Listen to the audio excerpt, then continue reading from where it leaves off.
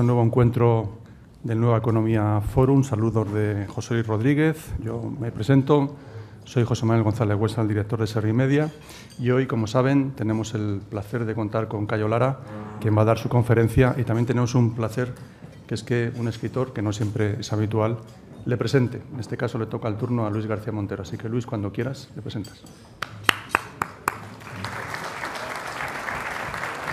Luis.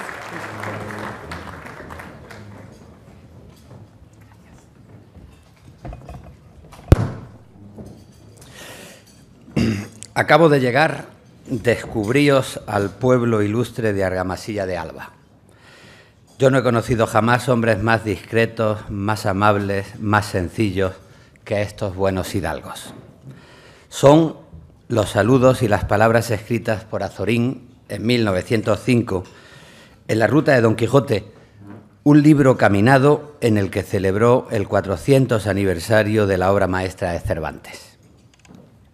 La tradición situaba en Argamasilla la vida de don Alonso de Quijano y el nacimiento del Quijote, y allá se fue Azorín, detrás de la leyenda, para hablar de sus casas, sus paisajes, sus académicos y sus alcaldes.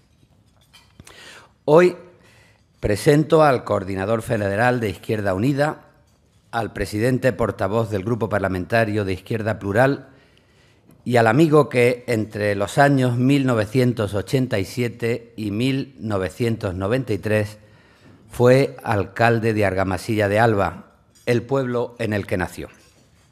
Discreto, amable, sencillo, me permito pedirle prestadas las palabras a Azorín para definir a Cayo Lara. Añado por mi cuenta las palabras honestidad, escrúpulo, voluntad, convicción, realismo y lucha para acabar de dibujar una figura que es quijotesca, pero que a la vez tiene mucho del sentido popular de Sancho, porque como quiso el discurrir del argumento cervantino, la gente de bien representa el punto de encuentro entre el caballero y su escudero, un Don Quijote que abrió los ojos a la realidad y un Sancho contagiado de ideales. La curiosidad filológica y el amor por Cervantes me llevaron a finales de los años 80 a Argamasilla de Alba, ese lugar de La Mancha de cuyo nombre quiero acordarme, un lugar gobernado entonces por los comunistas. Empecé a escuchar cosas sorprendentes del alcalde.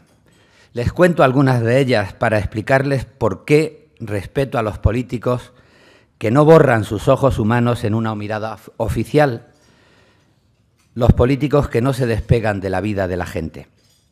Estos días se habla mucho de corrupción.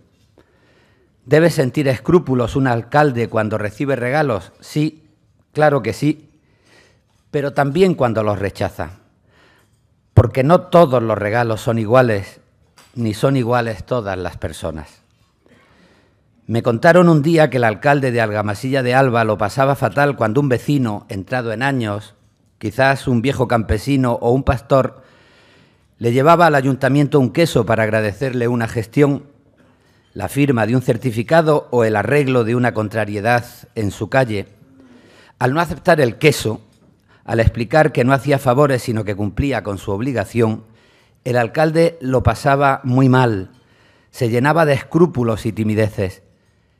Le asustaba ofender la voluntad inocente del vecino. Estos escrúpulos ante la debilidad me parecieron tan importantes como las distancias ante los sobornos del alto poder. Resulta, me contaron, que un muy famoso empresario español con altas conexiones en el mundo político, mediático y deportivo compró una finca de 5.000 hectáreas en Argamasilla y en otros municipios limítrofes. Poco antes de las fechas navideñas se corrió por el pueblo que el señor cacique había despedido a un trabajador por ausentarse de la finca sin pedirle permiso al mayordomo. Había caído en la tentación de llevar al médico a un hijo con 40 grados de fiebre. El alcalde de Argamasilla recibió poco después una cesta valorada en 50.000 pesetas con productos para alegrar la despensa de cualquier fiesta. Pero corrió también por el pueblo que el alcalde había devuelto el regalo con una nota de disculpa seca y sin escrúpulos. Y es que los regalos son cosa de amigos y familiares, no de desconocidos, y mucho menos de quien puede tener luego las intenciones de ahorrarse una contribución municipal o de cerrar un camino público. Cuento estas anécdotas porque vivimos malos tiempos por lo que se refiere al prestigio de la política, debido sobre todo a la escandalosa corrupción, la indecente invitada de nuestra sociedad, y creo importante recordar que no todos los políticos son iguales. Los tres coordinadores de Izquierda Unida que yo he conocido, Julio Anguita, Gaspar Llamazares y Cayo Lara, no han sido, desde luego, iguales. No se pueden confundir con los corruptos. Y por eso, en el terremoto y en los cambios que anuncian las encuestas, y con una ciudadanía que exige regeneración de la vida pública, creo muy importante la presencia de una organización con experiencia y con memoria como Izquierda Unida, con memoria y experiencia en la gestión. Ahora que la sociología electoral aconseja no hablar de derecha e izquierda, sino de los de arriba y los de abajo, o de las élites y la gente, las anécdotas me hacen recordar junto a Cayo Lara que ha habido muchas personas para las que ser de izquierdas no ha significado nunca otra cosa que estar con los de abajo.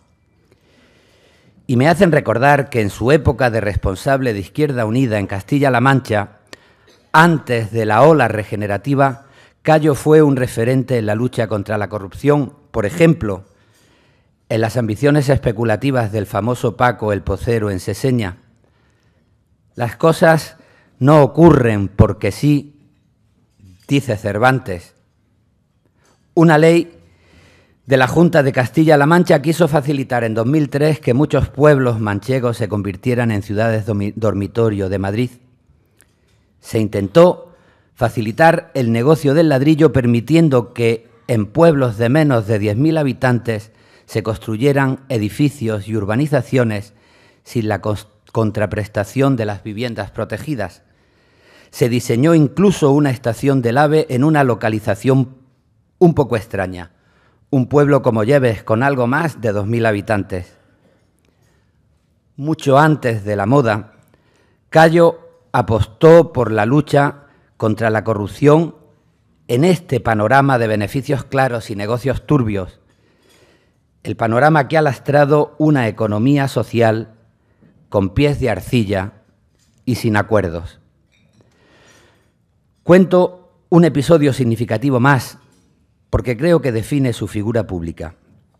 En el año 2012, corría julio, cuando los sindicatos mayoritarios sufrieron una campaña de desgaste político y de desprestigio, momentos difíciles después de la organización de las huelgas generales contra los gobiernos de Rodríguez Zapatero y de Rajoy, Cayo Lara pidió públicamente el carné de comisiones obreras. Él había sido un famoso sindicalista campesino en su juventud, uno de los creadores de la COAG en sus tiempos míticos, la Coordinadora de Organizaciones de Agricultores y Ganaderos. La petición entonces del carné de comisiones obreras encerraba para mí dos actos. Primero, no valerse de su prestigio pasado de histórico campesino, porque llevaba muchos años alejados de los trabajos del campo por su dedicación a la política, es decir, a la función pública.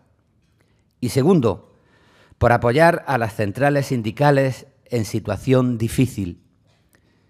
Y es que, junto a la lucha contra la corrupción, la otra gran perspectiva del compromiso de Cayo Lara ha querido ser la conciencia social, honestidad y convicciones. Sus problemas principales son el paro, la degradación de los salarios, la brecha social y la nueva emigración de los jóvenes españoles obligados a abandonar el país en busca de trabajo. Esos factores le importan más que el glamour de las modas políticas. Su mayor preocupación ahora es converger con todos los que tengan las mismas convicciones políticas y sociales de su formación. Pero como alcalde, como Quijote con ideales que ha aprendido también las razones de Sancho, no quiere vender humo. Es alcalde de los antiguos, de larga lanza, pero también de mano en el bufete, de codo en el bufete y de mano en la mejilla. Y sabe que a la gente no se le puede mentir. La mentira no es un arma de lucha.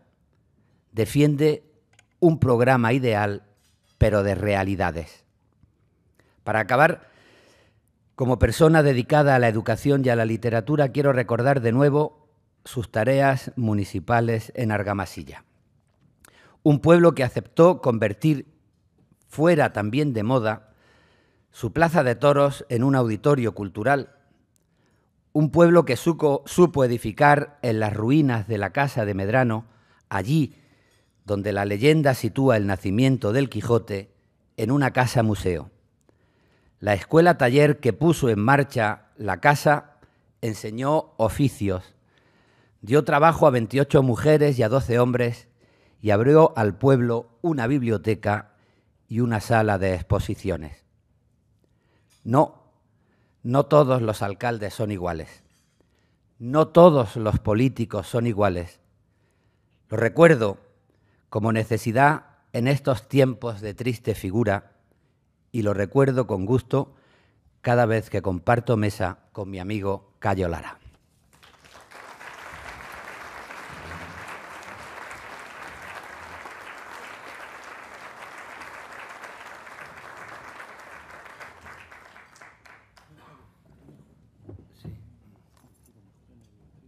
Sí, voy a la trina. ¿Vais a decir algo?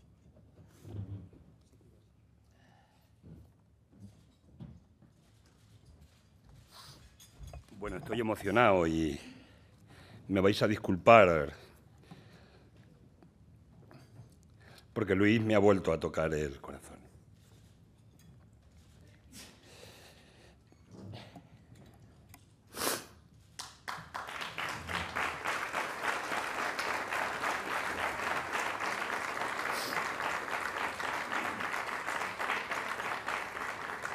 Y me lo ha tocado especialmente cuando tomé efectivamente la decisión de afiliarme a las comisiones obreras, a un sindicato de clase, que junto a otros sindicatos también de clase han conseguido a lo largo de las luchas y de la historia que los hijos de los trabajadores pudieran ir a la universidad y que tuviéramos derechos laborales, convenios, para defender, en definitiva, el reparto de la riqueza para que la clase trabajadora pudiéramos tener una vida digna. Que ataquen lo que quieran, la columna vertebral del sindicalismo de clase no se la van a cargar en este país.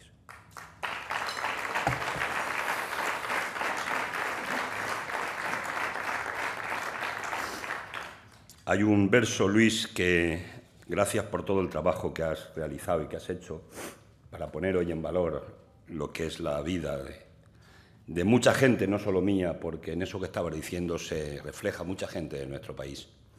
Mucha gente anónima que lleva toda la vida entregando su conocimiento, su trabajo, su esfuerzo a la lucha colectiva para defender el bienestar de la mayoría social, de la clase trabajadora, pero que son héroes anónimos, que no salen en los periódicos, porque en los periódicos solo salen los corruptos, que está bien que salgan, porque se tienen que apartar y hay que apartarlos definitivamente de la vida pública española, porque son un cáncer para la democracia. Pero lo importante de todo lo que ha dicho Luis es que, más que lo que se dice, lo importante en la vida es lo que se hace. Y cuando cada uno y cada una nos miramos en el espejo de nuestra historia, lo importante es si vemos reflejado que lo que hemos hecho está de acuerdo con las palabras que decimos. Y si eso es así, ese es el mejor camino y la mejor tarjeta de presentación que puede tener cualquier persona, se dedique a la vida social, política, sindical, a la que sea, porque eso es lo que da ejemplo. Hay un verso de Luis que quiero relajar un poco mi propia situación emocional que tengo en este momento, me disculpáis, que es de Hombres de lunes con secreto y que dice: este lunes de abril templado y diligente, muy de mañana sin haber dormido, por la cafetería cruza el buitre de los horarios laborales, entre tazas tostadas y periódicos se discuten las últimas noticias. Hoy estamos discutiendo sobre las últimas noticias. Gracias de nuevo, Luis, porque me has emocionado, me has tocado el corazón. Y hubo un tiempo en el que decíamos que había que ligar las fuerzas del trabajo y las fuerzas de la cultura, porque esas cuando se juntan son invencibles para un proyecto de país. Y tú eres una parte fundamental de las fuerzas de la cultura para que hagamos un día una alternativa y un proyecto de país donde la dignidad se escriba con mayúsculas. Bien, dicho esto y todo el jabón que nos hemos dado, y quiero empezar la intervención y deciros, agradecer a Fórum Nueva Economía de nuevo la posibilidad que hemos tenido de estar aquí. Lo agradezco sinceramente en nombre de la organización de Izquierda Unida, y entrar en la materia. Y la materia es que estamos en una situación económica y política de las más complejas de todo el periodo democrático. No descubro nada nuevo con esto. Pese a que el Gobierno se empeña cada mañana en anunciar que hemos superado la crisis, cada mañana. Cantamañanas le llaman en mi tierra a estos que anuncian esas cosas por las mañanas. Con las perspectivas de una nueva recesión que condicionan las políticas de la Unión Europea, del Fondo Monetario Internacional y los bancos centrales de los principales países. En España y en otros países de la Unión, esa recesión está combinada con un riesgo cierto de deflación y es una combinación letal para cualquier economía, como bien sabéis. Los elementos en los que el Partido Popular y el Gobierno justifican su política tienen un recorrido muy corto. El valor de nuestras exportaciones se ha estancado en los 8 primeros meses de 2014 con relación al mismo periodo de 2013, mientras que las importaciones han aumentado. Se ha doblado el déficit comercial y la tasa de cobertura ha descendido 4 puntos. En cuanto al empleo, hoy hay más contratos pero peores, más empleo precario y parcial, el número de horas trabajadas ha disminuido, los salarios son más bajos y hay un incumplimiento flagrante de la legislación laboral, incluso con su reforma. Hemos llegado a la situación de conocer a trabajadores pobres con contrato. La llamada devaluación interna era una engañifa, como todo el mundo sabe. No ha aumentado nuestra competitividad, era falso, pero sí ha aumentado el beneficio, especialmente de grandes empresas. Hay más millonarios y hay más dinero en Suiza. 20 familias españolas tienen lo que 15 millones de las personas más pobres de nuestro país. Pero por primera vez en la democracia ya tenemos más contratos laborales, temporales y parciales que fijos. Esto tampoco lo habíamos conocido en toda la historia de nuestra democracia. Las políticas de la austeridad han fracasado, aunque Merkel y Rajoy digan lo contrario. Entramos en el 7º año de crisis y las doctrinas neoliberales no han aportado ninguna solución a los graves problemas que tienen nuestras sociedades. Los sectores determinantes del capitalismo español, el capital financiero, las grandes multinacionales, las constructoras y los grupos mediáticos intentan imponer salidas para consolidar su dominio, aplicando implacablemente medidas que incrementan la explotación de los trabajadores, el retroceso de las conquistas sociales y la limitación de la democracia. Ese es el auténtico corazón de la llamada política de reformas del Partido Popular.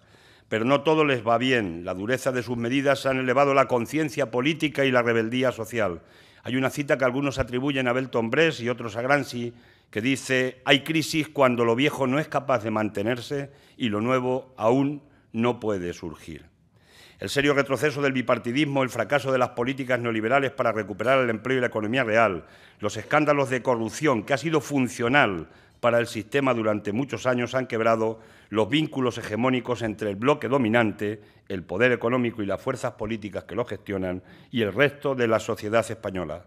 Es tiempo de concretar la alternativa frente al modelo de la derecha, una propuesta global de sociedad de izquierda transformadora con la que se identifique la mayoría social trabajadora, es decir, quienes fundamentalmente viven y vivimos de nuestro trabajo, bien seamos asalariados, autónomos o pequeños empresarios.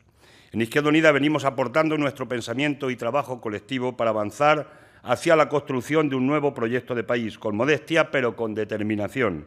Un proyecto de país que garantice para todos y todas los derechos básicos de una sociedad, que se precie con una democracia real, pan, techo, trabajo, escuela, salud, libertad y dignidad. Y cuando digo pan estoy hablando de que un país desarrollado del siglo XXI no puede tener un 30% de la población por debajo del umbral de la pobreza y consentir los niveles de pobreza infantil y femenina que señalan Cáritas u Oxfam. Fuimos más pobres y, sin embargo, tuvimos muchos menos pobres. Esto es una contradicción profunda. Eso significa que ha crecido la desigualdad y la injusticia. Proponemos sencillamente que las necesidades básicas de cada persona para asegurar una vida digna estén garantizadas socialmente. Al reivindicar el techo no estoy hablando de ninguna utopía. La ley andaluza para regular el derecho a la vivienda es un buen camino a seguir. Si no hubiera sido recurrida al Constitucional por el Gobierno del PP en Andalucía, hoy no se expulsaría a nadie de su casa por no poder pagar la hipoteca. Pero si esa ley se trasladara al conjunto del Estado, en este país se acabaría definitivamente con los desahucios. Y eso es posible hacerlo. Es una cuestión solo de voluntad política. Al hablar de trabajo me refiero al trabajo digno y adecuadamente remunerado. Mientras estemos en el actual sistema, la remuneración del trabajo no será justa, pero al menos debe ser adecuada para vivir y permitir un proyecto de vida. Por otra parte, la riqueza de un país solo es el resultado de sus recursos naturales y del trabajo. ¿Cómo es posible prescindir de la riqueza que pueden aportar 5,5 millones de hombres y de mujeres trabajando? La respuesta del modelo actual solo se basa en el gobierno de la irracionalidad y del egoísmo. Estas tres exigencias deben ser posibles con un nuevo modelo productivo a construir entre todos y todas. El modelo productivo heredado del franquismo y mantenido en la transición se ha perpetuado en lo fundamental y ha acentuado su condición perversa para el desarrollo de la economía real y el avance social.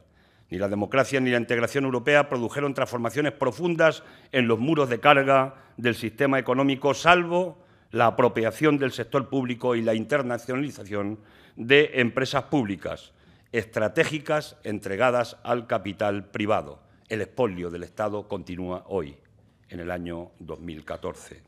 Dicho esto, el nuevo modelo productivo que proponemos no se limita a sustituir sectores obsoletos por otros más avanzados o novedosos. Es eso, pero es mucho más. En ese modelo el empleo es el centro, su pulso, la democracia en la sociedad y en las empresas. El límite, la salvaguarda del medio ambiente y el motor, la dignidad de cada vida humana. Sí hay dinero para hacer otra política, porque esta es la gran pregunta. Sí hay dinero para poner en marcha un nuevo modelo productivo. Empecemos por combatir con eficacia la economía sumergida y el fraude fiscal y recuperemos lo que los defraudadores deben. Si tenemos en cuenta que el volumen del fraude fiscal es de unos 80.000 millones de euros anuales, solamente considerando los 4 años en los que este fraude es perseguible y los 5 para el delito fiscal, al menos 250.000 millones están sobre la mesa, a los que habría que añadir los recargos y los intereses. Pero es que ese periodo de prescripción se puede congelar en 2015. Es posible que se pueda hacer. Y prolongar un año cada año mientras dure la crisis hasta llegar a los 8 años. La cantidad de recursos a gastar sería muy importante y la procedencia es irreprochable. Acabamos de presentar una proposición no de ley para combatir el fraude fiscal, la economía sumergida y limitar la elusión fiscal. Existen fórmulas para recuperar y como mínimo y de forma bastante inmediata 150.000 millones de euros, 15 puntos del Producto Interior Bruto. Y no creo que nadie pueda oponerse a que delincuentes y defraudadores paguen lo que deben y lo hagan pronto. Nadie se puede oponer a eso. Lo dice el artículo 31 de la Constitución española. Se trata de una buena cifra para crear empleo, incentivar la economía real y reducir la deuda y sus intereses. Estos últimos representan 36.000 millones en los presupuestos generales del Estado este año. Con eso se pueden atender muchas cosas de forma inmediata para aplicar una reforma fiscal suficiente, progresiva, equitativa y justa, que consolide la recaudación fiscal en niveles de la media europea, es decir, 8 puntos más del PIB. No estamos haciendo demagogia, no planteamos ninguna utopía. Como puede verse, nada confiscatorio y que no vaya más allá de lo que ha hecho sectores de la propia derecha europea. En la PNL concretamos esos objetivos. De paso, sería una buena medida para acabar con la competencia desleal de quienes no pagan frente a los que sí lo hacen. Un aspecto crucial de ese nuevo modelo ha de ser el apoyo a las pequeñas empresas, los trabajadores autónomos, el cooperativismo y la economía social. Ese tiene que ser el pulmón de desarrollo de este país. Lo que pretendemos está muy lejos de la mitología del emprendedor que cultiva el Partido Popular. Hablamos de crear mercado y consumo, facilitar crédito, aportar I+D+I y gobernar a favor. Por ejemplo, acabar con la corrupción en la contratación pública sería una buena medida para las pymes, porque las pymes, por lo general, suelen tener pocas oportunidades de untar en la pomada. Otras 3 medidas serían imprescindibles para financiar toda la nueva política. La primera, una nueva política para la deuda y sus intereses. Este es un debate nacional interesante. La deuda es impagable. Hay que hacer una auditoría y determinar la parte ilegítima para negociar una quita y su reestructuración. Este es un concepto perfectamente válido de derecho internacional que ha utilizado Estados Unidos, por ejemplo, para eliminar la deuda de Irak con Francia y con Rusia. También se utilizó en 1953 con Alemania, para que Alemania pudiera levantar la cabeza. En segundo lugar, el pago de un 3,6% del PIB de intereses es insostenible. 36.000 millones de euros de intereses es insostenible. Y sobre todo porque el Banco Central Europeo ha funcionado en función de favorecer los intereses de la banca y no ir a la compra de deuda pública directamente a los Estados. Pagamos en intereses el 70% de lo que cuesta la educación en este país. ¿No es eso una locura? No hay que reflexionar a fondo sobre el pago de 36.000 millones de intereses, que por cierto no bajan. A pesar de que ha bajado la prima de riesgo, no está bajando el pago de intereses, porque se aumenta cada día la deuda, porque seguimos manteniendo un déficit y porque seguimos teniendo un fraude fiscal que nos permite y hace posible que se siga incrementando ese déficit cada año. Por tanto, planteamos negociar también sobre los intereses y plantear una quita.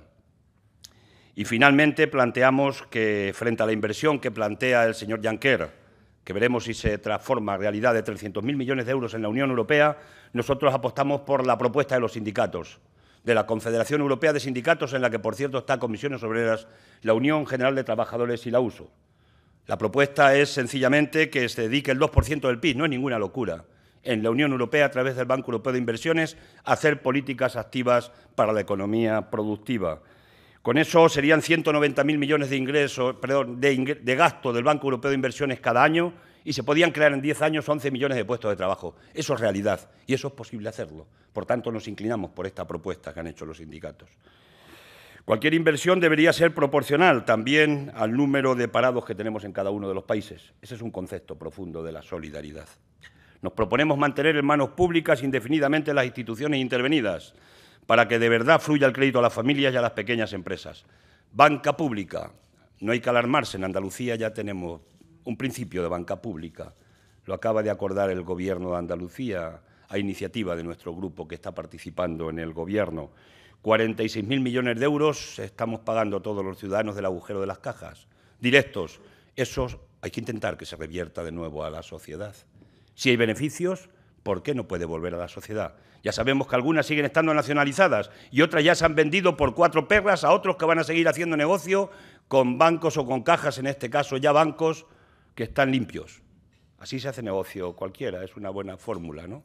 Pero ¿por qué eso no en el Estado y el beneficio en todo caso que se distribuya para el desarrollo social de nuestro país? ¿Es posible en España un acuerdo civilizatorio para una nueva sociedad? Nosotros pensamos que sí. El gran empresariado no ha cumplido ni uno solo de los pactos sociales a los que se comprometió. Pero la movilización, la lucha de ideas, el acuerdo, el consenso social, nosotros queremos llegar a un acuerdo y a un consenso social con la pequeña y mediana empresa, con los autónomos, con la sociedad, con los sindicatos. ¿Por qué no podemos instalar en este país un salario mínimo interprofesional de 1.100 euros? Francia lo tiene en 1.400, Holanda lo tiene en 1.485, Alemania ha puesto 8 horas y media de salario mínimo, 8 euros y medio por cada hora de salario mínimo interprofesional. Francia no duplica lo que es la renta per cápita de este país, ni siquiera la proporción del salario que estamos proponiendo. Si es posible, es cuestión de voluntad política y eso permitiría tener más poder adquisitivo y permitiría a mucha pequeña empresa de este país que pueda tener más mercado, vender más producto en el mercado porque la gente lo puede comprar. Esto no es ninguna demagogia, no es ninguna locura, hay que salir por ahí. Ese es un camino que estamos proponiendo. La segunda pata del nuevo modelo es la escuela pública de calidad, gratuita y la salud pública universal. Sobra que hagamos más comentarios en este sentido. Planteamos la recuperación de los derechos perdidos y planteamos la derogación de las reformas laborales, sin ningún género de duda, y la defensa de unos servicios públicos de calidad en el marco de un modelo de Estado social. Finalmente, la clave de bóveda de todo ello es un nuevo modelo constitucional, fruto de un proceso constituyente, participado y democrático. Así se cierra el espacio jurídico-político del sistema en base a la libertad y la dignidad. En ese modelo es inaceptable el sometimiento a imposiciones antidemocráticas que van contra la soberanía, como ha sido la reforma del artículo 135 de la Constitución española. La profunda crisis del sistema capitalista que vivimos ha generado una crisis política. El bipartidismo está quebrado. Yo decía hace un tiempo tocado, ahora está quebrado.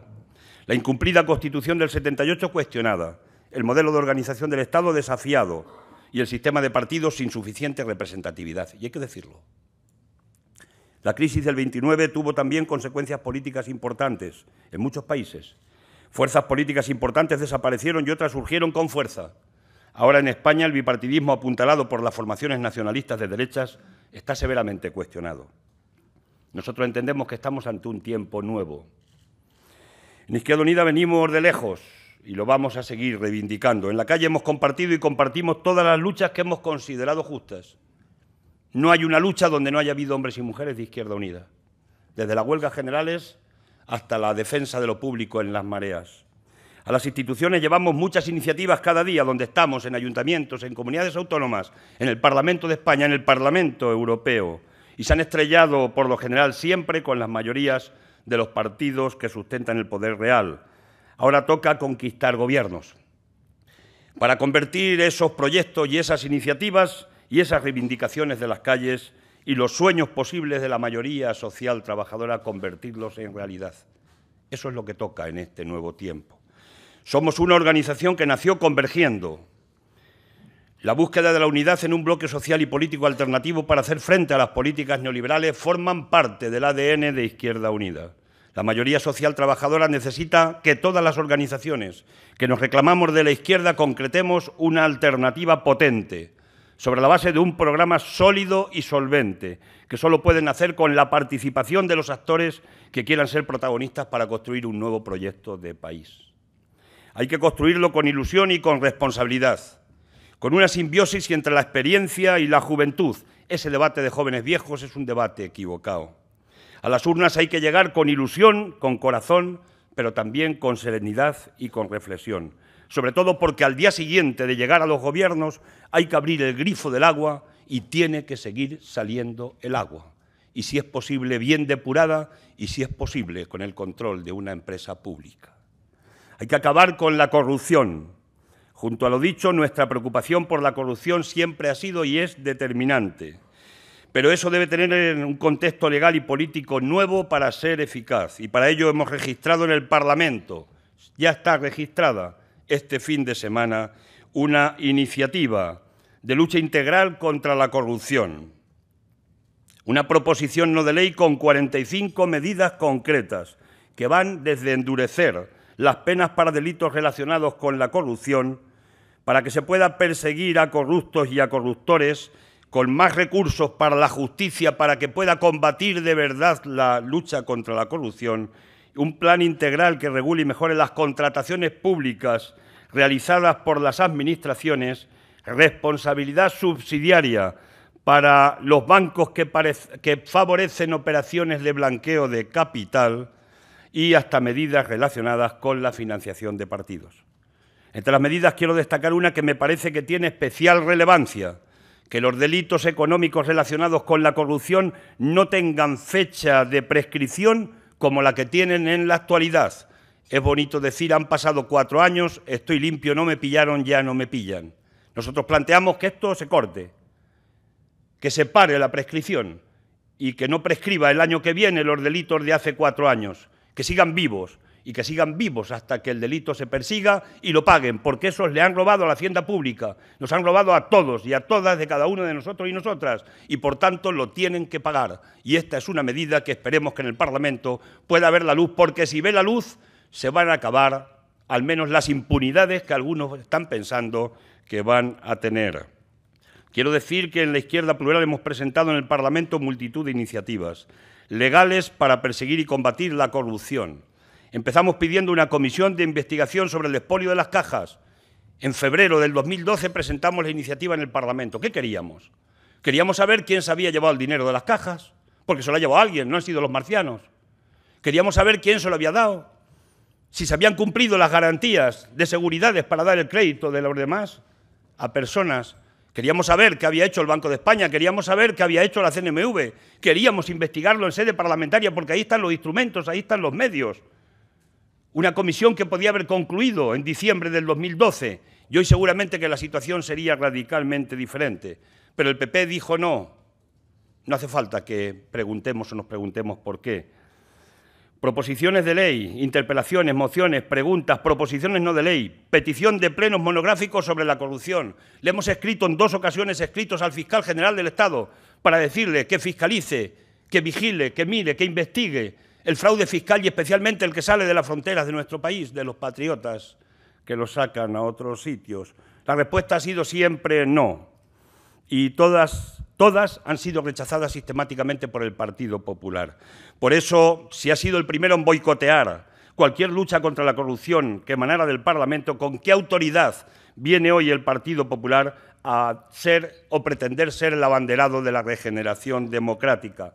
El PP no tiene credibilidad para abanderar eso. El PP lo que quiere es una ley de punto final. Y en este país no puede haber, en estas materias, una ley de punto final porque se le ha hecho mucho daño a la sociedad española. Si muchas de estas medidas se hubieran aprobado cuando empezamos a presentarlas por la izquierda plural en el Parlamento hace más de 2 años, hoy la corrupción estaría acorralada. Se habrían dirimido las responsabilidades políticas, las penales se hubieran acelerado y seguramente que una parte de lo que han robado también lo hubiéramos podido recuperar. Por tanto, hay una responsabilidad muy importante. Por eso le pedí la dimisión a Rajoy en el último pleno que tuvimos en el Parlamento, además de decirle alguna otra cuestión. Los casos de corrupción son innumerables y sus detalles conocidos. La gravedad de aquellos en los que están implicados esos altos cargos y cargos del gobierno, autonómicos, diputados, dirigentes de partidos políticos, es enorme. Le dije a Rajoy que tenía más corruptos en su partido que cuestas hay en Toledo, pero no me equivoqué, porque están saliendo un día sí y otro también. La corrupción es un auténtico cáncer de la democracia, genera desafección política, es la antesala del populismo y finalmente también es la antesala en muchos países del fascismo. Y hay que tomar nota de esas cosas. Pero además la corrupción agrava la crisis. Un empresario decente, honesto en este país, que los hay, y muchos, y no me cuestan prendas decirlo, tiene muy pocas posibilidades de ganar un concurso o una licitación frente a otros que han pasado por Bárcenas o por la Punica Granadum. Esto del latín nos cuesta, pero lo entendemos. Por tanto, los corruptos y los corruptores, dirigentes de empresas en algunos casos o intermediarios avispados dañan la política, pero también dañan la economía, incrementando los precios de las obras, productos y servicios, alimentando el déficit público y la inflación, falseando la competencia, desincentivando al contribuyente honrado que constata el uso indebido de sus impuestos. Parafraseando al Gobierno, este país se ha corrompido por encima de nuestras posibilidades. No hay corrupto sin corruptor, y esto se olvida mucho. Se olvida demasiado. Tal vez es que algunos corruptores tienen demasiada influencia en determinados espacios de nuestro país. Y por ello hay que ser tan duro con el corrupto como con el corruptor. Y esto es lo que va también en esas 45 medidas. La corrupción también ha sido facilitada por una legislación débil e insuficiente. La Ley 30/2007 de contratos del sector público, la utilización clientelar de las instituciones, la externalización abusiva de actividades desempeñadas por funcionarios y empleados públicos, la insuficiente coordinación entre los órganos administrativos, la debilidad de controles políticos, la escasez de medios en la Fiscalía Anticorrupción, en el Tribunal de Cuentas, en la Agencia Tributaria, la lentitud de la justicia y la falta de transparencia y control de los procedimientos de recalificación urbanística claves y de contratación pública.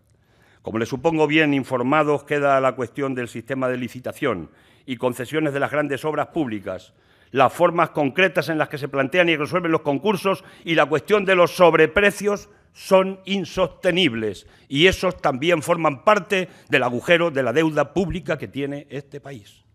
Por eso hablamos también de deuda odiosa y de deuda ilegítima. Desde el punto de vista político, la transición tuvo como uno de sus objetivos forzar un modelo bipartidista de gobierno.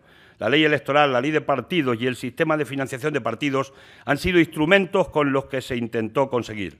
El sistema de representación es injusto y las campañas electorales se han hecho muy caras. Pero estos procedimientos concebidos para reforzar el bipartidismo también han pasado factura al PP, al PSOE y a Convergencia y Unió, que han sido el alma del bipartidismo tripartito en este país durante muchos años.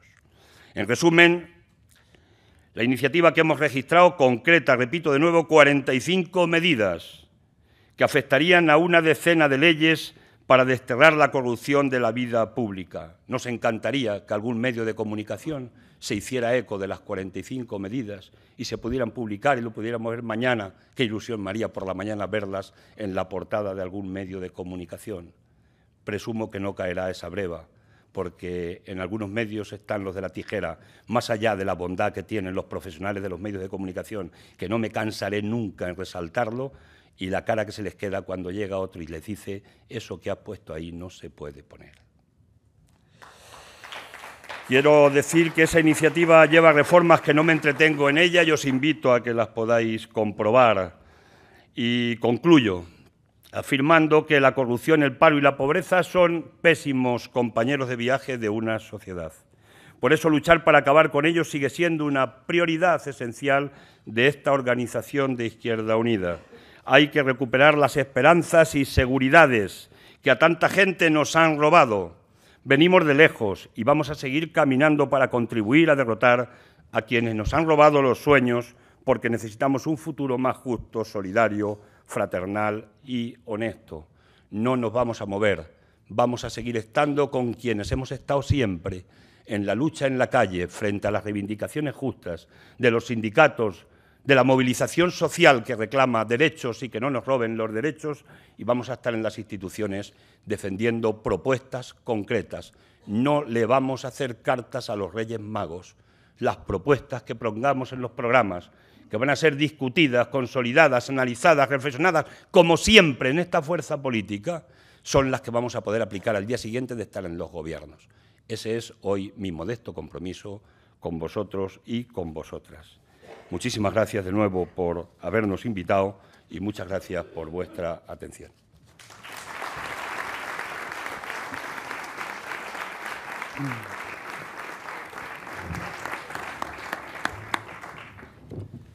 Muchas gracias, Cayo. Hay muchas preguntas y te puedes imaginar que muchas preguntas sobre la encuesta de ayer.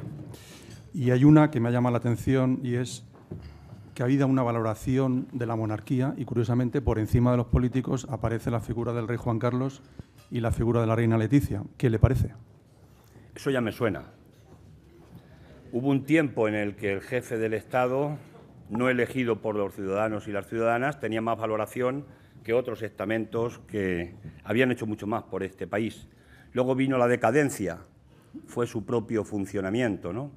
Y todo lo que conocemos, y llegó hasta el punto de que en algún momento determinado no se hicieron encuestas a preguntar por la Casa Real porque se podían encontrar con un resultado que eran el que los ciudadanos opinaban. Después ya sabéis cómo se produjo lo que fue la transición. Hay quien habla de que se ha hecho el cambio generacional y con eso hemos resuelto el problema. Yo soy de los que opinan que no. Yo sigo pensando que hay que elegir al jefe del Estado y hay que hacer un referéndum en este país por si queremos república o monarquía, porque ese es el primer principio de una democracia que se precie, pero obviamente sí, parece que hay un ganar en este momento opinión pública por parte de la monarquía. Nosotros vamos a seguir apostando por un referéndum para que este pueblo decida. Y además, con estos resultados que tienen las encuestas, los monárquicos no tenían que tener ningún problema porque ganarían de goleada, ¿no? Pero vamos a ir a las urnas y vamos a ver si este pueblo quiere monarquía o quiere república. Como le decía, hay muchas preguntas sobre la encuesta de ayer. Hay una que voy a unificar de Alicia López, Agencia F, y Laura López, La Sexta. Creo que no son hermanas, simplemente que el López es un apellido muy común. Que resumo de la siguiente manera. Las últimas encuestas apuntan, precisamente la de ayer, que el hartazgo ciudadano por la corrupción lo capitaliza Podemos. ¿Qué lectura saca usted de la encuesta de ayer que da no solo a Podemos como ganador, sino a Pablo Iglesias como el líder más valorado? Para nosotros es importantísimo que el bipartidismo ha tenido un desgaste fruto de las políticas neoliberales que ha aplicado en nuestro país, como primer principio. Tiene un factor importantísimo, la politización de gente que hace unos años no estaba activa en la política y que hoy se está politizando viendo la situación. Ojalá y que se organice bien para que puedan contribuir también a generar la alternativa que estamos esperando en nuestro país. nosotros vamos a seguir en nuestra misma hoja de ruta, digan lo que digan las encuestas, porque nos miramos cada mañana al espejo. Y como nos seguimos reconociendo, vamos a seguir en la lucha con los sindicatos por los derechos laborales de los trabajadores y trabajadoras, en la defensa de lo público, de la sanidad pública y la educación pública. Lo llevamos defendiendo toda la vida.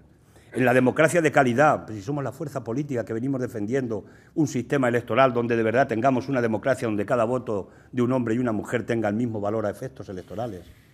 Es decir, todas las causas tienen ADN. Yo creo que hemos ganado un poquito de hegemonía en la sociedad. Mucha gente hoy habla de propuestas que algunos en plan adanista piensan que han nacido ayer y no, han nacido ya hace muchos años, antes incluso de nacer muchos y muchas de los que estamos aquí. Pero eso es importante porque eso significa que en la sociedad va ganando hegemonía las propuestas que muchos no saben ni siquiera quiénes tienen la autoría. Y nosotros estamos contentos de que eso pase en la sociedad, porque eso significa que nos va a ayudar a converger y a que generemos alianzas suficientes para generar una alternativa seria, sólida, programática frente a las políticas neoliberales, porque ese es un sueño de esta organización política. Sandra Gallardo, de Radio Nacional, le insiste, le dice, ¿pero le preocupa a Izquierda Unida que no haya sabido recoger o acoger a los votantes indignados? Las urnas determinarán, el voto no es de nadie. El voto es de la gente. Hoy estamos hablando de encuestas. Nosotros, modestamente, tuvimos 1,5 millones de votos en las elecciones europeas, en la urna. Y nos sentimos orgullosos. Y esa gente tiene una dignidad inmensa, la gente que tomó esa decisión, pero el voto era suyo y sigue siendo suyo. Y lo que nosotros sencillamente aspiramos es a que mañana las fuerzas políticas de la izquierda alternativa, en las que, insisto, concretemos un programa alternativo a esta sociedad con los pies en el suelo y con realismo, tengamos muchos votos de mucha gente para que podamos configurar la alternativa. Pero una cosa más importante que esa, o por lo menos tan importante como esa, se necesita el voto para llegar a los gobiernos, pero necesitamos tener organizaciones fuertes para tener el poder. Porque con gobiernos y sin poder se puede perfectamente durar 3 días y tener un gobierno que dure una siesta. Y hay que organizarse la gente. Y, por tanto, nosotros vamos a seguir invitando a que la gente se organice en los sindicatos de clase, se organice en las asociaciones, en las mareas, en las plataformas, en el tejido social, en el tejido cultural y, en definitiva, si el pueblo está organizado, cuando haya un gobierno de cambio, no habrá ningún poder económico, por mucho poder que tenga, que pondrá de rodillas a ese gobierno y, por tanto, a la democracia, como está pasando en este momento. Agustín Chanel incide en esa línea, ¿no? Dice, Izquierda Unida ha demostrado que sabe gobernar en muchos ayuntamientos y en algunas autonomías, pero las encuestas, insisto, es lo mismo, parece que no les atribuyen demasiado poder en este momento. ¿A qué lo atribuye? No hay un... Yo insisto, estamos en un momento determinado donde el país está lleno de corrupción. Si la indignación está creciendo por momentos en la gente. No es que estemos hablando de algún caso puntual que sale de corrupción y que, por cierto, en nuestro caso, si alguno sale, lo cortamos automáticamente, porque creemos en la decencia y en la honestidad política. Otros tienen tramas, auténticas tramas, y siguen saliendo, pero son otros los que han impedido que se investiguen las tramas, son otros los que han creado las tramas y ahora impiden que se puedan investigar. Y eso está creando una situación en el país de desafección política, de indignación, y por tanto la gente, repito, hará lo que quiera cuando lleguen las elecciones. Nosotros vamos a presentarnos a las elecciones municipales, autonómicas y generales, porque entendemos y creemos que hay que gobernar los ayuntamientos, y no para qué estamos en política. Queremos gobernar los ayuntamientos, por eso estamos en política. Queremos gobernar en las comunidades autónomas y queremos gobernar en el Estado, o cuando menos queremos ser parte de esos gobiernos de una manera clara, porque nuestra propuesta, esa propuesta tan elaborada, meditada, pensada, analizada, estudiada a lo largo de la historia con muchos actores, con los que saben, con los que entienden y con los que tienen en su cabeza una política de izquierdas y que es posible un país diferente, son las propuestas que queremos que se apliquen y esas se hacen las instituciones. Y nosotros no nos vamos a esconder en ese sentido. Por tanto, los ciudadanos, repito, como el voto es soberano de cada uno de ellos y de cada una de ellas, nosotros vamos a concurrir a esas elecciones y vamos a concurrir con todos aquellos y aquellas que quieran forjar un proyecto alternativo a las políticas neoliberales, con todos. La responsabilidad, por tanto, si alguien no quiere, estará en ellos, pero nosotros entendemos que es momento de unidad y por nosotros no va a quedar. Somos un instrumento, no un fin en sí mismo como organización política, pero queremos mantener el instrumento porque sin este instrumento nosotros entendemos que tampoco es posible hacer un cambio por la izquierda serio en nuestro país. Francisco Maneto del País le pregunta, ¿debe refundarse y romper con el pasado? Yo creo que hay un debate. En el pasado unos tienen unas responsabilidades y otros tienen otras. Alguien hablaba del pacto de élites del 78. Yo no estoy de acuerdo con eso. El pacto de élites del 78 se hizo entre unos que estaban en la cárcel y en el exilio y otros que estaban en el poder heredado del franquismo. Ese fue el pacto de élites. Y se hizo en función de la correlación de fuerzas que tenía el movimiento obrero y que teníamos las fuerzas políticas de la izquierda. Algunos piensan que algunos fueron unos traidores en aquel pacto de la izquierda. Yo no lo creo. Yo creo que hicieron lo que pudieron hacer y llegaron hasta donde pudieron llegar. Y por tanto ese es el pacto que se hizo. Lo que pasa es que en ese pacto lo han roto, el pacto social del 78, lo han roto los que tienen el poder en este país. Estamos en un proceso de constituyente. No se cumple ni uno solo de los artículos que tienen elementos sociales en la Constitución. El 41, el 35, el 47 del derecho a la vivienda, el 129 de los trabajadores en las empresas. No se cumple ninguno. Están ganando la batalla el poder económico y el poder financiero. Y fruto de eso se ha producido la situación que tenemos en este momento y por tanto hay que revertirla. Hay que darle la vuelta y nosotros vamos a apostar de una forma decidida para conseguir esa alianza necesaria para poder cambiar las políticas de nuestro país y además ir a un nuevo proceso constituyente. Que mucha gente te pregunta, ¿qué es eso de un proceso constituyente? Y yo intento simplificarlo y les digo, mira, que podamos garantizar por la propia Constitución el derecho al pan, al techo y al trabajo. Con eso ya nos daríamos muchos con un canto en los dientes. Y, por supuesto, si pudiéramos tener un día, y lo deciden los ciudadanos, un Estado federal republicano. Yo creo que la pregunta iba sobre la propia Izquierda Unida, si debe refundarse. No, me refería a eso, he hecho esa respuesta porque la refundación hay que hacerla sobre bases programáticas y de proyecto político. Y nosotros tenemos un proyecto político y bases programáticas. Con los que nos vamos a entender con otros y con otras, nosotros no queremos perder nuestra identidad, porque yo creo en mi organización. Si perdiéramos nuestra identidad, yo dejaría de creer en mi organización. Ahora, pleno respeto absoluto a las demás instituciones, entidades, grupos políticos y grupos sociales. La identidad de cada uno, ¿por qué no la podemos preservar? Y nos podemos poner de acuerdo en lo concreto que es el programa.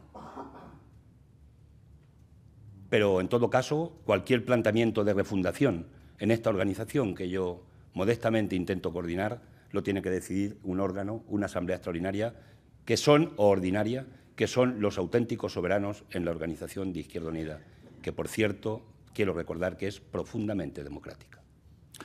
Elisa Núñez, de Canal Sur, le pregunta, ¿cree que a Izquierda Unida le beneficia o le perjudica electoralmente estar gobernando en coalición con el PSOE en Andalucía? Yo creo que hay gente que, efectivamente, si hoy yo me voy a Andalucía y hago una crítica del acuerdo de Andalucía, seguramente que voy a tener a gente que me va a aplaudir. Pero si voy a defender que con el 12% que nos dieron los ciudadanos en Andalucía, nosotros estamos incidiendo en un gobierno, si les explico que nosotros no queríamos dejar al gobierno del señor Arenas, porque a las pruebas nos remitimos, ahí está la política del Partido Popular, y preferíamos, con todas las dificultades que entrañaba llegar a un acuerdo en Andalucía, yo me siento orgulloso, cuando menos por 2 o 3 cuestiones fundamentales que sin ese acuerdo no hubieran sido posibles. La primera de ellas es que si se aplicara la ley andaluza del desahucio, del derecho a la vivienda, no se expulsaría a nadie de Andalucía de su casa, lo dije antes, ni de este país. La segunda es que va a haber una banca pública. La primera comunidad autónoma, esperemos que le dé la tarjeta el Banco de España, la autorización. Esperemos que no haya un boicoteo por parte del Partido Popular como lo ha habido con la ley de vivienda. Por tanto, son medidas y propuestas concretas que tienen que ver con el bienestar de la gente. Es una aportación a un gobierno y estamos en esa parte porque la gente dijo solamente un 12% que teníamos que estar. Yo voy a hacer 2 reflexiones, voy a arriesgarme.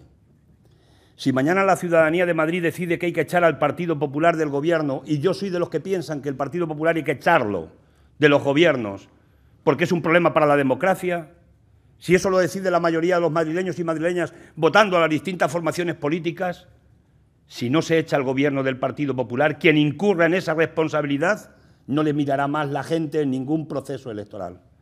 Pero si eso pasa en el País Valenciano, en la Comunidad Valenciana, como cada uno le queramos llamar, pasará exactamente lo mismo. Por tanto, hay que tener responsabilidad, aunque efectivamente pueda tener elementos de crítica, pero no hay que olvidarnos de la mayor, del elemento central, del eje fundamental. Y hoy, aquí y ahora en este país, el eje fundamental es que hay que derrotar las políticas del Gobierno del Partido Popular porque es un problema para la propia democracia. En esa línea, Clara Pinar, de la revista Tiempo, le dice: ¿confía en que Podemos quiera llegar a un acuerdo de convergencia con Izquierda Unida? A nosotros nos gustaría que todo el mundo que se reclama de la izquierda, con los matices que se quieran, podamos llegar a un acuerdo en torno a un programa concreto. Es que no me quiero salir del programa porque me parece que es injusto, que es ilógico, que es irracional. Es que el programa es lo que nos une, en lo que nos ponemos de acuerdo qué vamos a hacer mañana si estamos en los gobiernos, porque no podemos fracasar, no nos podemos equivocar.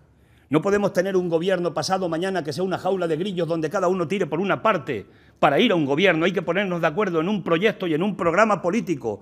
Eso hay que decírselo a los ciudadanos y la confianza la otorgarán o no la otorgarán en función del programa. Y hay que ser escrupulosos, radicalmente escrupulosos en el cumplimiento de los programas. No puede no pasar nada en un país donde el gobierno actualmente incumple y viola la mayoría de las promesas que le hizo a los ciudadanos y ciudadanas y aquí no pasa nada. Eso no es una democracia, eso es otra cosa. Y, por tanto, nosotros tenemos que tener exquisito cuidado de no equivocarnos, porque hay muchas ilusiones puestas en este momento en el cambio en el país y en la cabeza de mucha gente. Y la gente necesita esperanza, pero también necesita tener garantías, seguridades, efectivamente, de que aquí no va a haber un cambio para liarla al primer día o tener una jaula de grillos el primer día. Eso es esencial. Eso es fundamental y en ese sentido todo el mundo cede. En un acuerdo, en una negociación, todo el mundo cede y apuesta, pero no olvidemos la importancia que tiene la mayor. ¿Cree que en un futuro, en unas elecciones generales, aunque hay primero unas locales y autonómicas, puede haber un futuro acuerdo de gobierno entre el PSOE y el PP? Algunos sueñan con la gran coalición. En Alemania ya la han practicado. En la elección del señor Juncker, excepción hecha por fortuna y positivamente por parte de los representantes del PSOE en el Parlamento, lo cierto es que la tendencia y la tentación es muy fuerte. Hoy los poderes económicos reales, los que mandan, como se dice ya popularmente sin presentarse en las elecciones, les encantaría tener un gobierno de coalición entre el Partido Popular y el Partido Socialista. Pero ahí la palabra la tienen los ciudadanos y las ciudadanas. Y, por tanto, la correlación de fuerzas que se produzca en siguientes elecciones generales será la que determinará qué gobierno vamos a tener en España al día siguiente de las elecciones. Segundo Sanz, de Vox Populi, ¿le pide el cuerpo repetir y postularse como candidato de Izquierda Unida para las elecciones generales del 15? A mí el cuerpo me pide hacer lo que quiera mi organización. Yo soy gente de pensamiento colectivo. Yo soy enemigo del culto a la personalidad, soy enemigo de los liderazgos, bueno, creo que alguien me definió un día como un agente corriente, pero me creo lo del pensamiento colectivo, porque si un día en una organización se muere un líder, Dios no lo quiera, ¿qué pasa con la organización? ¿Desaparece? ¿Se disuelve? ¿En qué queda el proyecto? ¿En humo? ¿En agua de borrajas? ¿En un sueño que pudo ser y no fue? No. Yo soy de los que piensan que las organizaciones se tienen que consolidar con el pensamiento colectivo, con la construcción colectiva. Eso es la participación. Lo demás es música celestial. Y, por tanto, yo voy a apostar a eso. Y yo soy un militante. Y si en mi organización colectivamente deciden lo que quieran decidir, cuando llegue su momento, yo estaré a lo que diga mi organización, no os quepa ninguna duda, porque yo tengo compromiso. Mis ideales no se van a jubilar, porque mis ideales no se jubilan nunca. Y estaré en el sitio que quiera mi organización. Y, por supuesto, nunca he sido un tapón ni seré un tapón para ningún cambio que quiera mi organización. Y si doy un día un paso al lado, atrás porque me lo pida mi organización, seguiré estando ahí, defendiendo los ideales y los valores en los que creo.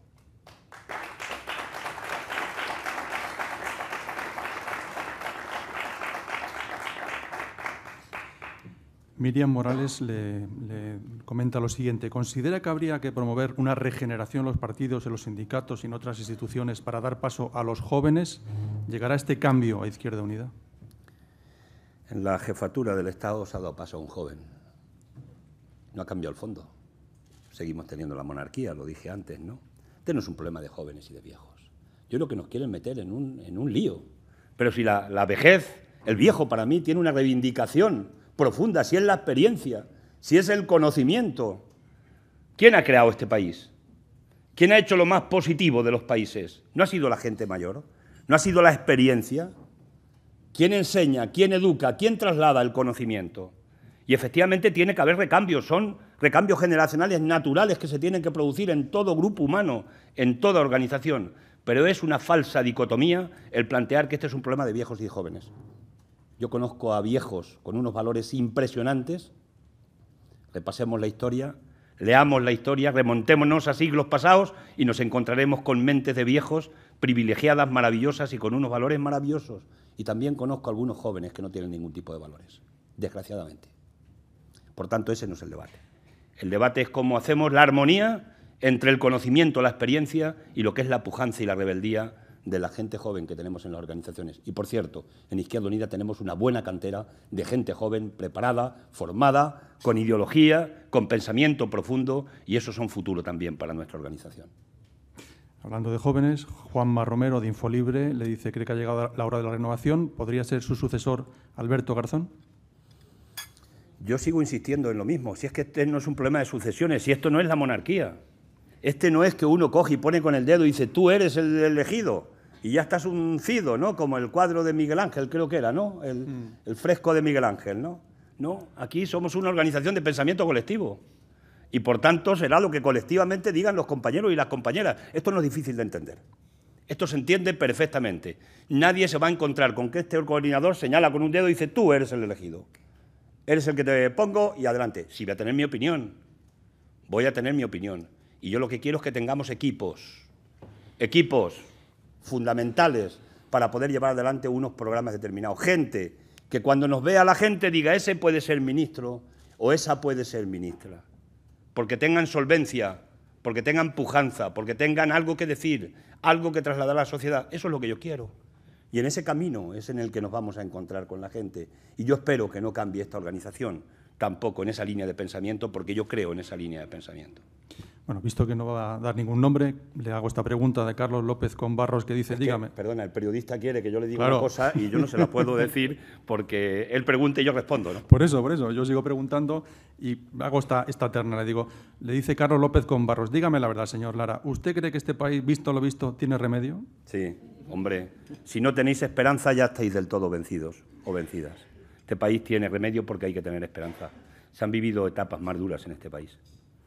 Si echamos marcha atrás a la memoria histórica, acordaros, la gente que tengáis un pensamiento democrático, de izquierdas, cuántas lágrimas han vertido en este país. Y la gente no perdía la esperanza. Y la gente estaba en las cárceles y no perdía la esperanza.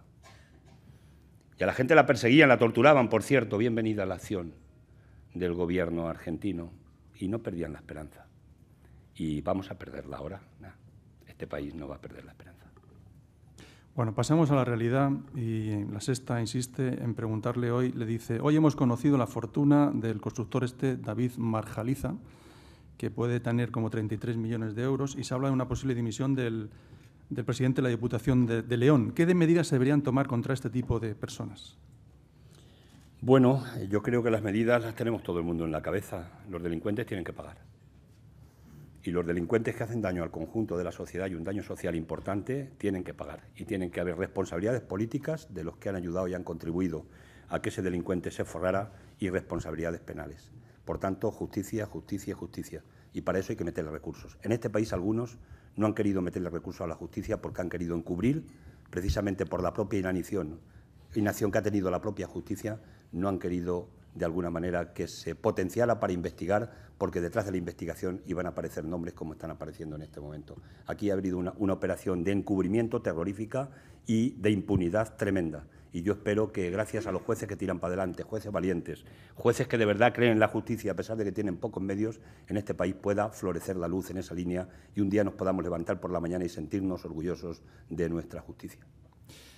Vicente González, Vicente, le pregunta, dice, ¿no debería en Izquierda Unida implantarse algún control interno que detectase o depurase e hiciera público algún posible caso, si es que lo hay? Se habla mucho de esto, ¿no? De que los partidos no solo esperen a que la justicia denuncie, sino que el propio partido denuncie antes. Si Izquierda Unida hubiera conocido lo de las tarjetas, no os quepa ninguna duda que lo hubiera denunciado inmediatamente en los tribunales de justicia. No os quepa ninguna duda, pero quiero decir más. Esta fuerza política puso una querella precisamente contra el Consejo de Bankia, contra todos los consejeros de Bankia. Esta organización también puso una querella frente a Bárcenas y frente a la trama de corrupción dentro del Partido Popular. Tiene que haber controles absolutos, pero también quiero decir que esta organización es la que más ha hecho, hasta ahora, hasta hoy, es la que más ha hecho para desmontar las situaciones de supuestos casos de corrupción que pueden haber aparecido en nuestra organización. Y que, por cierto, el Gobierno del Partido Popular, Soraya Sáez de Santamaría, pretende poner un gran ventilador. Todos son iguales, todos son corruptos, y aquí, para salvarnos unos cuantos, intentar poner ese ventilador en la opinión pública. Yo se lo dije a Rajoy en el debate parlamentario, está ahí en la hemeroteca. Unos podemos tener un chorizo, y los chorizos en Izquierda Unida, si aparece uno, se fulmina, pero otros tienen una orza de chorizos entera, y además creadas, organizadas y tramas de corrupción auténticas para defraudar a los ciudadanos y las ciudadanas. Daniel Condable, de Radio Intereconomía, le pregunta: ¿qué haría ante la amenaza de que las grandes capitales se marchen del país y gobierna la izquierda? Yo creo que no se deberían de marchar del país, porque tienen que entender una cosa que se llama corresponsabilidad social. Esto lo entiende cualquiera. Y tienen que entender que las plusvalías y los beneficios que se sacan en un país, tienen que contribuir al desarrollo del país, porque lo contrario es un expolio, es un robo, es robarle a un país. Vengo de este fin de semana, anteayer, he estado en Alicante, en una zona de mármoles. El mármol antes se pulía en aquellas zonas y había mucho trabajo en la comarca. Y desde que decidieron cortar el mármol y llevarlo en bruto y trasladarlo a China o otros países, a partir de ese momento se acabó la manufacturación en la zona y, por tanto, la incorporación de plusvalía, de valor añadido en la zona. Eso se llama robarle a un país directamente. Por tanto, las empresas tienen que entender eso que se llama corresponsabilidad social y, por tanto, tienen que contribuir en los países. Yo espero que no salgan corriendo sencillamente porque tengan que pagar lo que correspondería. Fíjate, nosotros llevamos una propuesta en el impuesto de sociedades del tipo marginal elevarlo al 35%. ¿Es demagógico que una empresa de los beneficios que obtenga pague un 35% a la hacienda pública? ¿No pagan asalariados del tipo marginal del IRPF el 52%? ¿Por qué no puede pagar una empresa el 35% del beneficio social que obtiene? Por tanto, que no se asusten tanto, que no alarmen tanto, y lo que tienen que hacer de alguna manera es trabajar por seguir en la economía productiva y no en la economía especulativa, porque hay una parte del capitalismo en este país que ha pasado del viejo capitalismo, que generaba riqueza, quería más trabajadores, generaba empleo para tener más plusvalía, más valor añadido y tener más capital, pero reinvertía a un capital parasitario que únicamente lo que hace es intentar ganar dinero a costa de destruir la economía productiva de los países, parasitando. Y con ese capital sí hay que acabar, en cualquier parte, en cualquier país. José Ricardo Gallol le pregunta: ¿qué recorrido parlamentario puede tener el plan de choque contra la pobreza y la exclusión social solicitado por Izquierda Unida? El que quiera el Gobierno del Partido Popular, porque 11 millones de personas decidieron que tenía que gobernar los destinos de este país durante 4 años. Espero que unos cuantos millones de esos se hayan arrepentido y se hayan dado cuenta que votaron engañados con unas promesas que después no han cumplido. Mercedes Piñeiro, de Manos Unidas, dice: la situación española nos impide a veces ver la situación en la que se encuentran los países en vías de desarrollo. ¿Cuál es la postura de Izquierda Unida frente a la difícil situación de África, que acabamos de conocer todo el caso del ébola y lo que nos ha implicado a todos, ¿no? Nosotros defendemos que el 0,7 de nuestro Producto Interior Bruto tiene que ir a cooperación. Lo defendemos de verdad. Lo defendemos porque nos lo creemos. Porque no se nos puede llenar la boca de solidaridad de los pobres de África, del tercer mundo, y después resulta que ni un euro para meterles. Este año los presupuestos generales de Estado hablan exactamente de cuál es la voluntad solidaria del Gobierno. Luego que hagan toda la propaganda que quieran. El 0,17% del Producto Interior Bruto. El 0,54 es la media de la Unión Europea, de países de derechas, gobernados por gobiernos de derechas. Entonces, eso es la opinión que me merece, que si un día tenemos gobierno y tenemos algo que ver en el gobierno, no os quepa ninguna duda que la solidaridad en lo que tiene que ver con la cooperación, y especialmente con África, no será una palabra vacía, puesta sin contenido en un negro sobre blanco para quedar bien con las ONGs y con los movimientos cuando van a ir a votar. Nosotros a eso hay que cristalizarlo, materializarlo, y por tanto esa es la respuesta que tenemos que dar, porque efectivamente los problemas de la inmigración, del ébola y del expolio que se está haciendo sobre África hay que resolverlos actuando en origen y actuando con voluntad y no expoliando al África y después lamentarnos de que no vienen emigrantes porque tienen hambre. Otra pregunta, en este caso de María del Pozo, de Amnistía Internacional, dice: ¿qué opina de la necesidad de justicia en el proceso de paz de Colombia con un presidente que está ahora aquí por España? Es una pena que no haya llegado antes. Ojalá y se hubiera podido imprimir antes ese proceso. Y yo soy de los que sueñan con que la paz finalmente llegue a Colombia, porque un país que ha vivido en esas condiciones no puede desarrollarse, ni puede tener democracia, ni puede tener desarrollo social.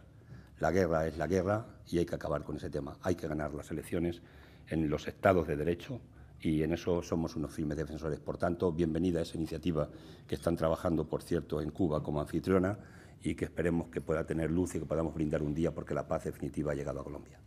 Estamos terminando, no puedo hacer todas las preguntas, lo siento, pero quería hacerle dos preguntas de actualidad de aquí de España. Seguramente mañana conoceremos el dato de paro y la ministra avanzó el otro día, la ministra de Empleo, diciendo que sería un buen dato. ¿Qué le parece?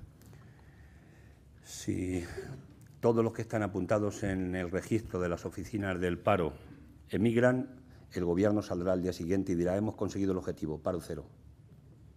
Es decir, se está reduciendo la población activa, que no nos cuenten más cuentos. Se están reduciendo los contratos. La media de los contratos, 973 euros, es la media de hace 20 años que teníamos en las contrataciones en nuestro país. Es una vergüenza lo que está pasando en España. Esa figura de trabajadores pobres con contratos, pero ¿eso cuándo lo hemos visto? ¿Cuándo? Cuando teníamos un contrato, éramos felices porque podíamos cubrir el alquiler, podernos comprar la ropa, comer, que nuestros hijos fueran a estudiar. Esto era un contrato normal, no era ningún contrato súper maravilloso. Y hoy, con una parte importante, el 15%, dice Cáritas, que asisten a comedores escolares de gente que tiene un contrato, a comedores públicos de gente que tiene un contrato. Bien, creo que sobran comentarios en este sentido. Por tanto, que no mientan más y que se pongan de verdad a hacer políticas activas de empleo y que retiren la reforma laboral y que no intenten resolver el problema arruinando a lo que es la clase trabajadora y quitándole a la gente el salario, que es lo que han hecho en definitiva.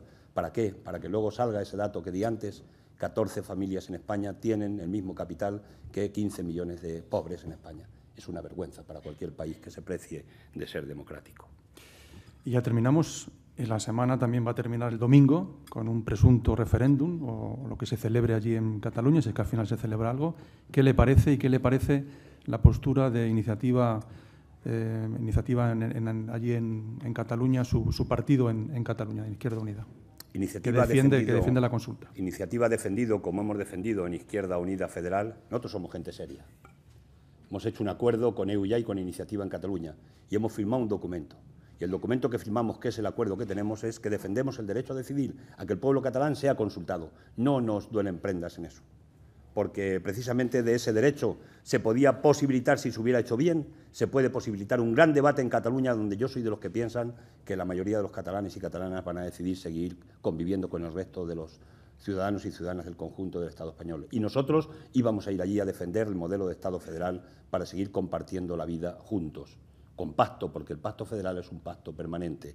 La posición que ha adoptado allí nuestra organización, y es la que adoptamos nosotros, es que había que hacer una consulta con plenas garantías democráticas. Esa consulta no se está dando, no se va a dar con plenas garantías democráticas. Y lo que ha hecho allí nuestra organización, compañera en este caso ICV, es que el día 9 van a hacer un acto de acción de protesta. Van a protestar para reivindicar el derecho a decidir, porque de esto se están beneficiando dos partes, en nuestra opinión. La polarización que está haciendo el Partido Popular tal vez está intentando entroncar con lo que es su parte del electorado, que es la que estaría en la posición más dura con respecto a la consulta de Cataluña. Con eso cierra filas el Partido Popular por una parte del electorado. Le viene bien a Rajoy, pero por otra parte está también animando a la estratagema que ha organizado Artur Mas, que está más en plan plebiscitario que en plan de los intereses de Cataluña. Concluyo diciendo que en Cataluña no hay un problema de España-Cataluña. Hay un problema de clases sociales y ese debate está enterrado desde el momento en que el único debate que aflora es el debate de la consulta. Si se hubiera hecho la consulta hoy ya en Cataluña, se estaba hablando de nuevo de lo que hay que hablar, que es el problema de los trabajadores, de los pensionistas, de los repagos, de la gente que sufre, de la privatización de servicios públicos, porque eso es de verdad lo que le está afectando al pueblo de Cataluña. A nosotros nos gustaría, y concluyo, que el Gobierno del PP hubiera hecho la negociación precisa para hacer un proceso de consulta en Cataluña del derecho a decidir, del derecho a opinar, del derecho a ser consultados sobre el futuro y donde cada uno hubiéramos podido dar nuestra opinión y que se hubiera hecho con plenas garantías democráticas. Y anuncio más, si un día tenemos algo que ver en el Gobierno, que no quepa duda que nosotros vamos a trabajar porque allí la consulta se puede hacer, porque lo que está haciendo Rajoy es incrementar una especie de fábrica de independentismo con su posición intolerante que tiene con respecto a la consulta en Cataluña. Pues muchísimas gracias, y para cerrar este acto tiene el nombre de los patrocinadores, Luis Ortiz. Bien, buenos días. Quiero agradecer en nombre de los patrocinadores la presencia de los ponentes aquí hoy en este desayuno de Foro de Nueva Economía. A Luis García Montero por la presentación sencilla, concisa y poética, creo yo, que ha hecho del conferenciante con los ideales de Sancho en el fondo de todo ello. Y a partir de ahora yo creo que todos sabemos un poco mejor qué hacer con un regalo, ¿no? Una forma muy simple, muy sencilla de qué hacer con un regalo. Cayo Lara ha dicho varias veces, yo creo que he recogido 2 o 3, que la corrupción, en el sentido bien amplio de esa palabra, es el cáncer de esta sociedad. Me van a permitir muy brevemente, como médico responsable de un departamento importante en un gran hospital de España, vemos mucho cáncer nosotros. ¿Y saben lo que hacemos cuando pensamos que hay un cáncer? Pues hacemos un estudio detallado del paciente, permítame, paciente-sociedad, para ver dónde está el cáncer, si invade otros órganos y hasta dónde llega. Y cuando lo tenemos bien diagnosticado, pero eso hecho en muy poco tiempo, le aplicamos cirugía radical y no nos conformamos con eso. Le damos radioterapia y probablemente quimioterapia también, es decir, actuamos con todo lo que tenemos contra ese tumor. Cuando esto lo hacemos razonablemente bien y contundentemente y lo más precoz posible, lo más probable es que tengamos un ser vivo. ¿Y saben lo que pasa cuando esto no lo hacemos bien? Cuando el diagnóstico es incorrecto o el tratamiento insuficiente, pues que tenemos un cadáver. Buenos días y muchas gracias.